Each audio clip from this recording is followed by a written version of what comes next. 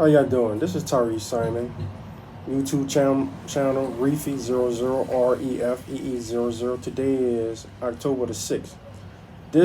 Today's topic is going to be about, again, Nord Stream pipeline, but who's behind it. So the title is Nord Stream explosion, Neocons behind it, but it failed. Here I go.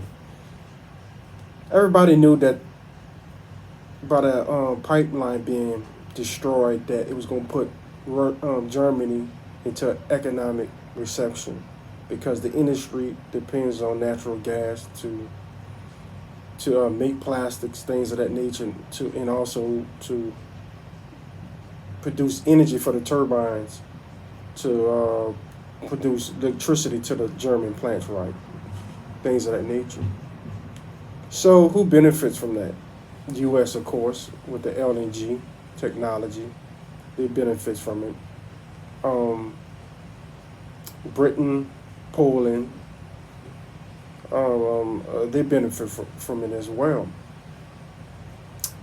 I think by Biden and his administration back in January and February, Newland and Biden running them out talking about they was going to destroy, they was going to try to stop Nord Stream pipeline, right?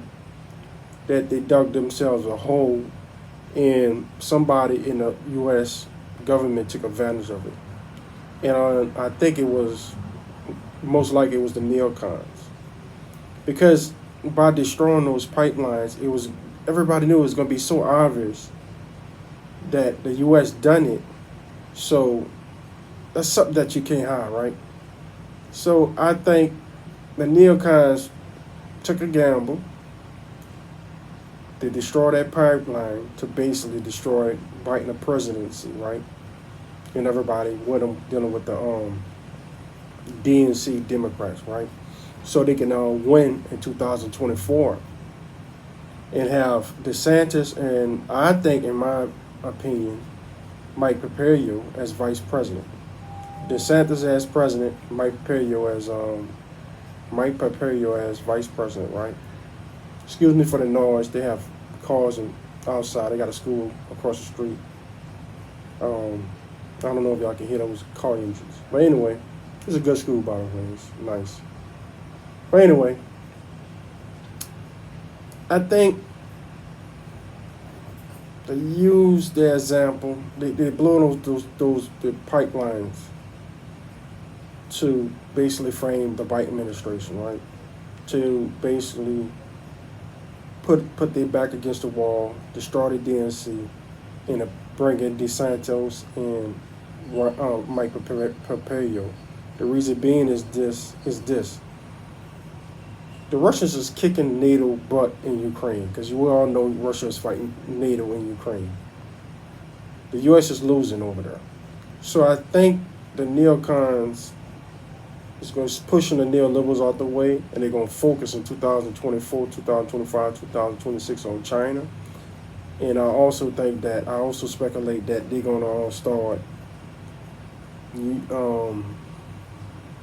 prepping for a war for China, to the point where they're going to basically force, they're going to start blockading China seaports.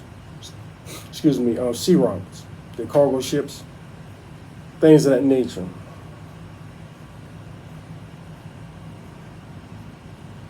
And once they do that,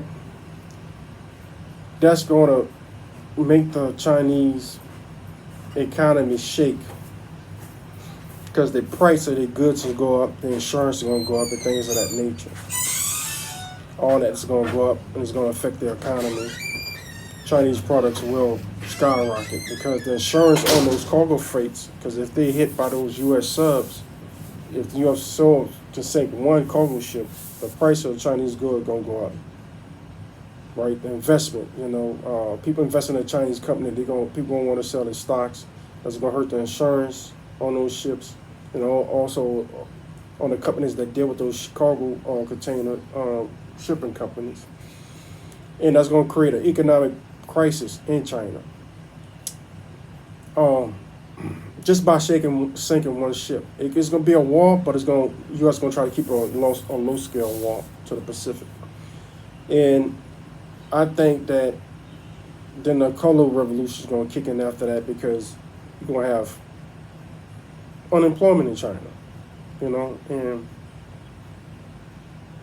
people going to be mad because the price of Chinese goods exports going to go up, and it's going to be hard for China to get things from the sea. Now they can still get stuff over land with the BRI, the Belt and Road Initiative, going through the stands and Russia, but the sea lanes will be blocked by the U.S. submarines, the Silent Fleet, and I think by the U.S. doing that's the way of them taking down the big economic giant in the world, and that's China, with the manufacturing capability to rival the U.S. since 1945, when U.S. was the manufacturer of the world, capital of the world. In China, the Belt and Road Initiative, the BRICS, is the main ones financing the Belt and Road Initiative. I think 1.5 to $3 trillion already spent, like in Africa, Central and South America, Asian countries, which is Southeast Asia, that stands. They rival the IMF. They rival the WTO, the World Trade Organization. Especially when you got the BRICS. I mean the Shanghai Cooperation Organization that they developed. So they are breaking Africa up. They are helping out Asian, the Southeast Asia, and the rest of the world. Loans with nothing really too much attached to these loans. They forgive them loans, especially in Africa. Grants, things of that nature, high-speed rail lines, airports, ports, all that. So China is a threat to the Western world globalists who want to keep the narrative, to keep the hegemony going. How are you doing, Luke? This is my neighbor. So you got all that going on, so they're going to try to stop the rise of the global South. The Western powers going to stop the rise of the global South, like Africa, Asia, Southeast Asia, by destroying China. If you can take out China, then you can take out Russia and the rest of the world. Then Europe be back on top again. U.S., Britain, Canada, and the rest of Europe that's benefiting from the Western powers. So I think that's the plan for that. But also, I gotta add on, I was about to forget, that Nord Stream 2 pipeline is still, it suffered minor damage. So that means in a matter of no time of it being fixed, when gas will be flowing again to Germany, right? So in a way, the Neocons kind of fell by that, right? So German industry won't have to get up and leave.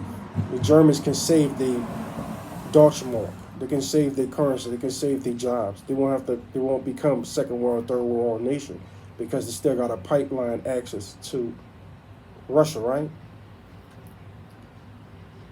But the main thing on the horizon is China, with the U.S. want to take down China, have a naval conflict in the Pacific Ocean in the next 3 years, 2025, 2026, 2027. But they got to do it hurt. They got the Mike Pompeos and the Boltons, the John Boltons. They got to do quick because Chinese capacity to build ships quick. They can build it quick. They already got five ships in dock right now in China. 5 of them, zero type 52 destroyers.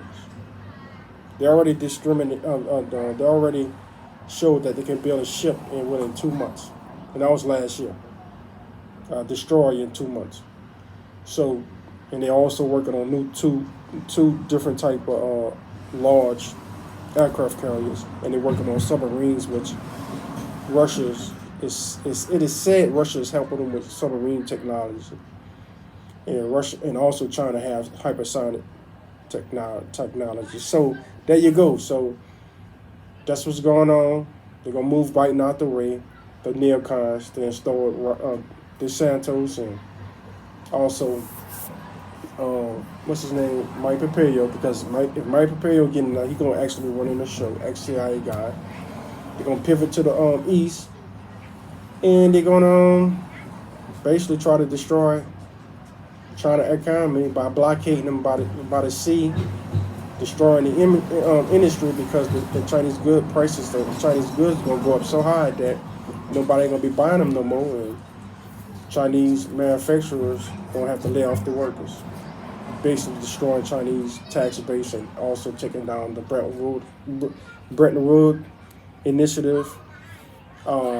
China will be forced to stop giving Africa loans and grants and other country grants, and that'll be the end of the rise of the global South. So I think that's the plan. We'll see. If you want to donate to me, the link's gonna be in the description below. Tarref Simon, right?